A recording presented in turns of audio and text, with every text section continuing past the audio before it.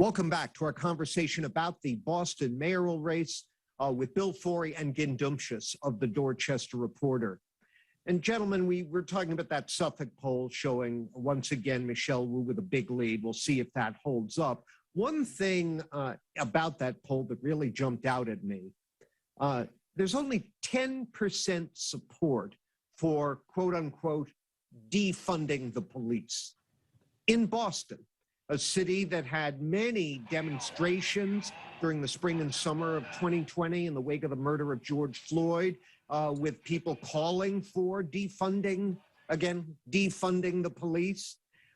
There is significant support for really what I think defunding the police was supposed to signify, which is reallocating some resources in different ways, having social workers and mental health professionals respond to mental illness calls that police currently handle, for instance. Nonetheless, did that result surprise you, only 10%?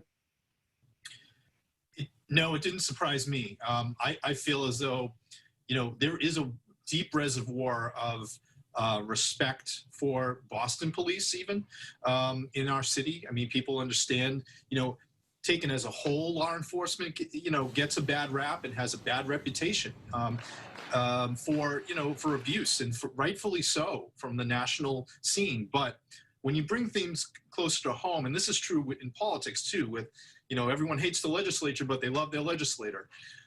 People have personal relationships with Boston police. They're our neighbors. They're our friends. So it doesn't surprise me there. But the poll also shows, and the Mass Inc. poll from the week before showed, a majority of Bostonians want police reform.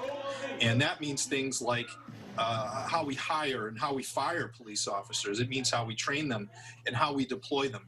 Bostonians want, by and large, including Black Bostonians, want to hire police. They know that we need police on our streets, and that they've also done an effective job, especially taken in the national context. Boston is an outlier. Our crime rate has not skyrocketed. Our murder rate has not climbed. So there's a healthy respect for police, but there's an appetite for reform too. Well, that's something that the next mayor is going to have to navigate. And I want to spend our last couple of moments here. We'll start with you here, Gin. Of course, I don't want to get ahead of the electorate or prejudge the outcome of the election. But it does appear as if Michelle Wu is on a glide path. So, Gin, you've watched her for a long time, as have you, Bill. If she's fortunate enough to win, what kind of mayor will Michelle Wu be?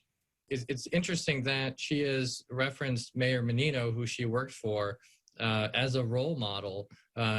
She worked as a special assistant in his office. She helped with food trucks because she saw previously, as a small business owner, a lot of the red tape that City Hall had.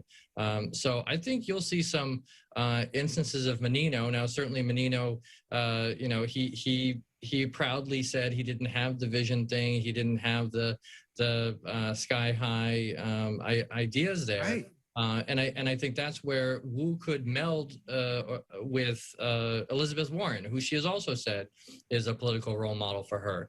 And Warren is someone who does talk about a lot of things that might not seem immediately achievable, but she continues to press for it. Well, of course, Bill, just to wrap it up here, there's a big difference between Elizabeth Warren and being Tom Menino or any mayor of Boston. One is a legislator, the other is an executive.